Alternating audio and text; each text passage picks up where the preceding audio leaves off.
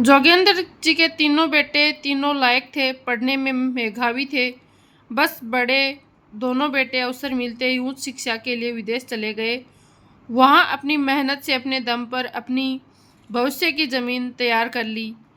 आज उनके पास पैसा, घर, रुतबा, शोहरत सब है। नाते रिश्तेदार सब उनके दोनों बेटों का जब तब उदाहरण देते हैं।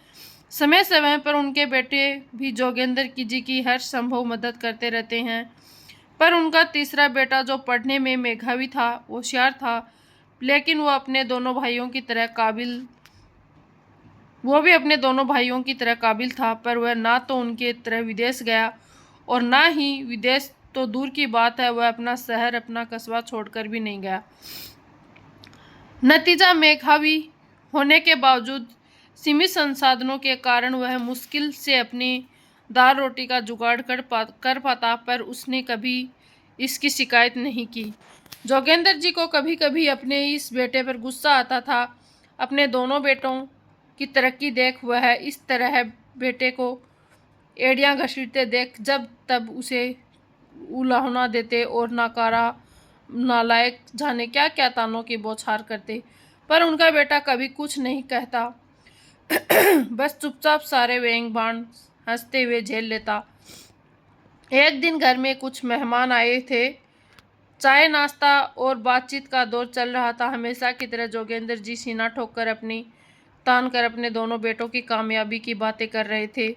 उनका एक रिश्तेदार बोला, वाकई में आप बहुत किस्मत वाले हो, वरना विदेश में रहना, इतना हर काम खुद करना, अपनों से दूर रहना, अपनी जमीन से कट जाना। यह सुनकर जोगेंद्र जी की छाती और चौड़ी हो गई। वह आवाज में दम भर बोले, अरे वीर योद्धा है मेरे बच्चे, निडर हो, अकेले अपनी लड़ाई लड़ी है। तभी उनकी पत्नी कामिनी जी नाश्ते की झूठी प्लेट उठाते हुए धीरे से बोली, माफ कीजिएगा, पर असली वीर योद्धा मेरा सबसे छोटा बेटा है। भले उन्होंने बात दबी जबान में बोली, पर यह बात वहाँ सबके कानों में हथौड़े की तरह लगी। उनकी बात सुन रिश्तेदारों के साथ जोगेंद्र जी भी एक दफा हैरान हो गए। बल्कि रिश्तेदारों के चेहरे पर एक व्यंग्यात्मक हंसी थी, जिसे जोगेंद्र जी ने भांप लिया था। अब तक जो छाती चौड़ी करके बैठे थे, वो चिढ़कर बोले, अरे वीर योद्धा, उसने तो मेरा नाक कटा दी, कुएं का मेंढक बन के रह गया, यही माँ के आंचल में बैठा ट्रुट ट्रुट करता रहता जिंदगी निकाल रहा है। अपने बेटे के लिए ऐसी बातें वो भी सबके सामने सुन कामिनी जी की आंखों में पानी आ गया और वह खुद को समेटे इस दफा तक दर्द और गर्व भरी ऊंची आवाज में बोली, कुएं का मेंढक वह खुद के लिए नहीं, हमारे लिए बना है। पागल है जो कभी नहीं सोचा कि ये दुनिया भावनाओं से नहीं, व्यवहारिकता से चलती है। बस माँ बाप के मोह से ऐसा बंधा कि सारी संसाधनों होने के बावजूद, खुला गगन होने के बावजूद अपने सपनों को समेट लिया, पंखों को अपने हाथों को कुतर दिया। और ऐसे करने के लिए कलेजा मजबूत चाहिए। सावित्री जी की आवाज़ सिर्फ उस कमरे में ही नहीं, सबके कानों में गूंज रही थी।